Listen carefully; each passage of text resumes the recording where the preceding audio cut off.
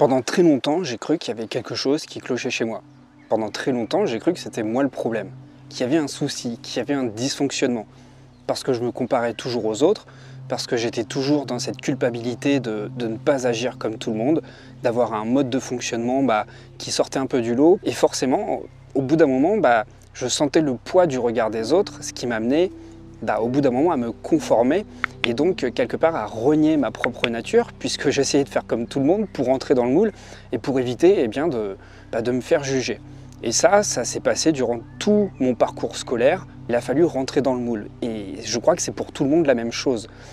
Quand on n'est pas vraiment scolaire, on a vraiment cette difficulté à s'acculturer à un système de fonctionnement qui n'est pas vraiment le sien. Et puis, à force de faire ça depuis toujours, lorsqu'on entre dans la vie professionnelle, c'est la même chose.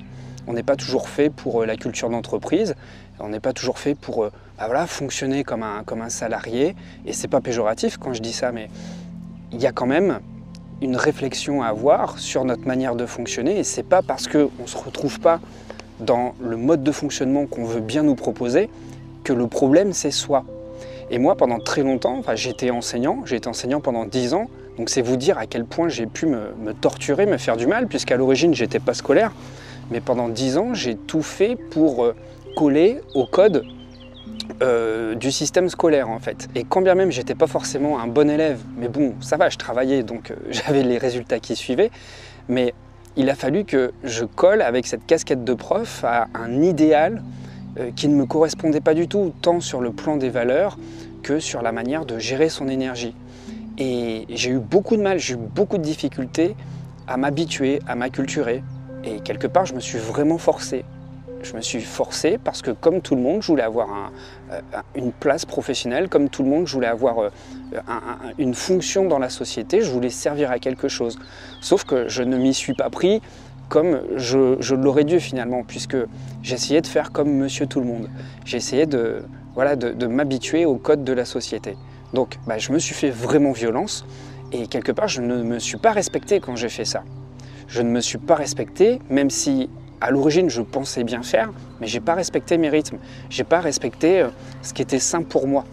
Et au bout d'un moment, ce qui s'est passé, j'ai cru que c'était vraiment moi le problème, parce que je me disais c'est pas normal que tu ressentes tout à fond comme ça. C'est pas normal que tu te sentes envahi.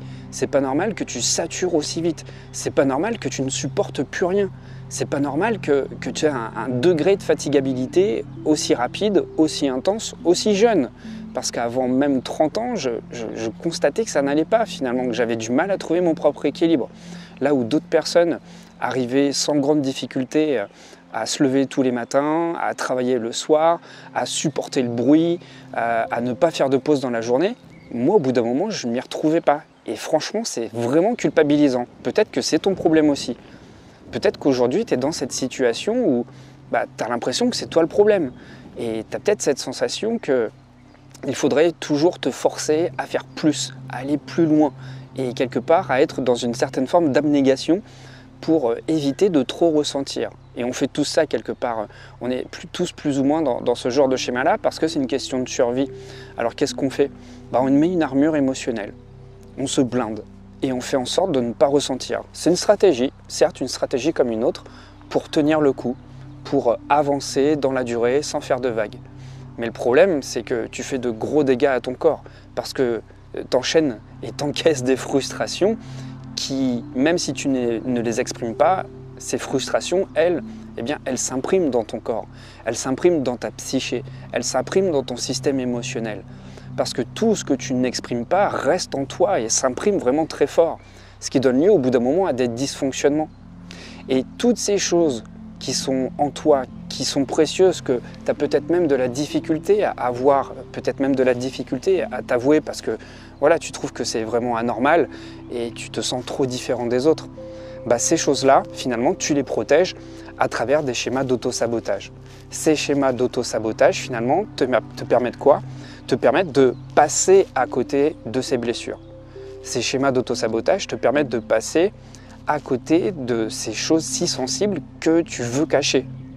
Et donc, tu mets en place des comportements qui vont t'éviter de mettre les pieds dans des situations qui sont trop douloureuses, trop sensibles pour toi. Et tout ça, finalement, tu fais pas ça pour toi. Tu fais juste ça pour éviter le regard des autres, pour éviter que ton échec soit visible aux yeux de tous. Et donc la motivation derrière tout ça, finalement, c'est d'éviter le rejet. C'est éviter de te sentir jugé, critiqué par les autres. Alors tu vas me demander, qu'est-ce qui change quand on se libère de tout ça? C'est pas un changement radical où tu vas passer de 0 à 1 rapidement. Ça va pas être quelque chose de manichéen. Tu vas pas passer du noir au blanc tout de suite. Ce sont des changements subtils qui s'amorcent, qui se développent dans le temps. Tu vas mettre en place progressivement une nouvelle dynamique de vie.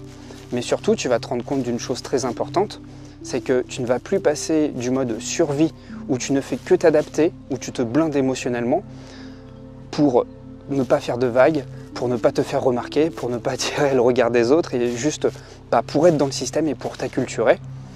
Mais au contraire, tu vas vivre. Et lorsque tu vis, tu te rends compte que tu n'as pas besoin de faire plus, tu as simplement besoin de faire mieux.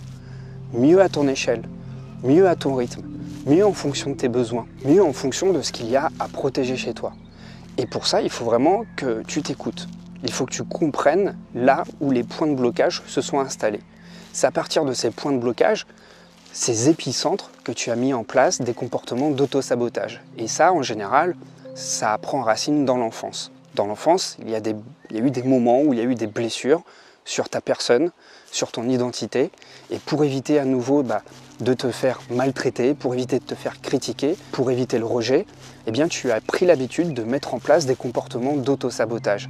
Ces comportements d'auto-sabotage, finalement, ne sont pas là pour te faire du mal. À la base, ils ont été mis en place pour que tu te protèges.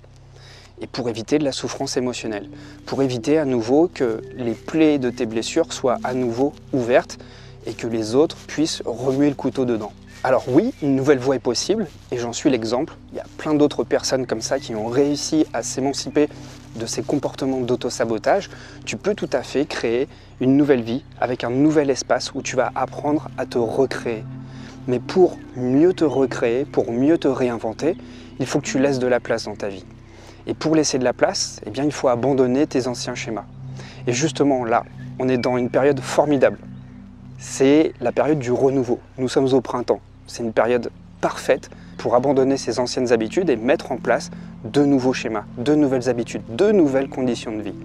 Donc vraiment, ce que je te conseille, c'est de mettre beaucoup plus d'espace dans ta vie et c'est de te permettre de ne pas faire plus, mais de faire mieux, à ton échelle.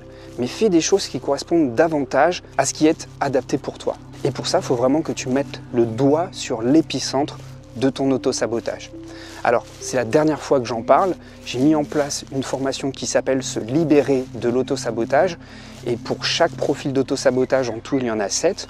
Je te propose un programme de 7 jours pour démanteler quelque part tous ces schémas dysfonctionnels, comprendre là où tu as été blessé, comprendre tes zones d'ombre, comprendre le point de bascule, les moments dans ta vie où tu te remets à nouveau en danger.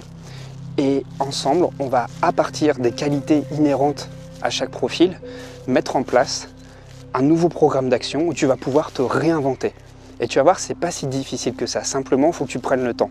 Parce que je vais pas te mentir, si tu crois que du jour au lendemain, tu vas pouvoir changer les choses, ça marchera jamais. Je te vends pas de promesses miracles, simplement je te propose une manière de faire qui prend du temps et qui demande de la patience, de l'écoute de soi, une démarche introspective dans laquelle tu vas te découvrir. Tu vas découvrir davantage de facettes de ta personnalité. Peut-être que ce sont des angles morts que tu n'as pas réussi à voir.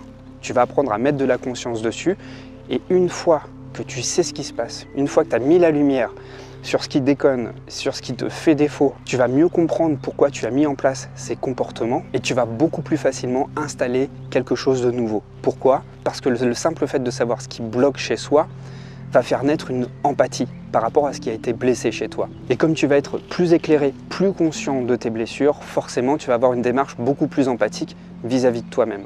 Et donc ça va être beaucoup plus simple, beaucoup plus fluide d'installer de nouveaux comportements. Alors cette formation Se libérer de l'auto-sabotage, tu peux la réserver maintenant, c'est le dernier jour du lancement, tu as 100 € offerts et une fois que tu l'as réservé, évidemment, tu la commences quand tu veux. Et ce programme, tu le suis également au rythme que tu veux. Et le plus dans cette histoire, c'est que ça va te permettre de mieux comprendre également ton entourage. On a tous un groupe d'amis, on a tous une famille, on a tous des relations professionnelles avec des personnes qui ne sont pas forcément équilibrées et qui nous font jouer aussi des choses qu'on n'a pas toujours choisies. Eh bien, avoir en tête ces 7 profils d'auto-saboteurs, ça va également te permettre de mieux comprendre la dynamique des personnes autour de toi et puis d'avoir peut-être un regard également plus empathique à leur égard. Ça va te permettre de mieux comprendre pourquoi eux aussi s'auto-sabotent. Ça te permettra possiblement par la suite d'avoir une démarche peut-être plus éclairée en allant vers eux parce que tu sauras en filigrane ce qui se cache derrière des comportements qui, hélas, sont parfois toxiques. Mais tu le comprendras, la toxicité dans les rapports humains, c'est avant tout humain. Et parfois, on est toxique soi-même sans vraiment s'en rendre compte. Il y a toujours un moment dans notre vie où on a été toxique pour soi et toxique pour les autres. C'est bien de s'en rendre compte parce que ça nous met dans une dynamique d'humilité et ça nous permet aussi de remettre en question beaucoup plus facilement nos comportements. Alors si tu souhaites t'engager dans une évolution personnelle super intéressante, avec un travail super profond, si tu souhaites te remettre en question et mettre de la conscience sur des schémas que pour l'instant tu as du mal à détecter dans ton quotidien, si tu observes que malgré toi tu répètes toujours des choses qui te font défaut, sincèrement ce programme va vraiment pouvoir t'aider parce qu'il va t'aider à comprendre beaucoup plus facilement les blocages qui se répètent dans la durée dans ta vie. Voilà, je te laisse là-dessus, je te dis à très vite et si tu veux faire ce programme, voilà, je te laisse là-dessus, je te dis, alors voilà, je te laisse là-dessus et puis, alors voilà, je te laisse là-dessus, alors voilà, je te laisse là-dessus et puis si tu veux faire ce travail avec moi, tu as juste à cliquer sur le premier lien dans la description de la vidéo. Je te dis à très vite et peut-être à tout de suite de l'autre côté.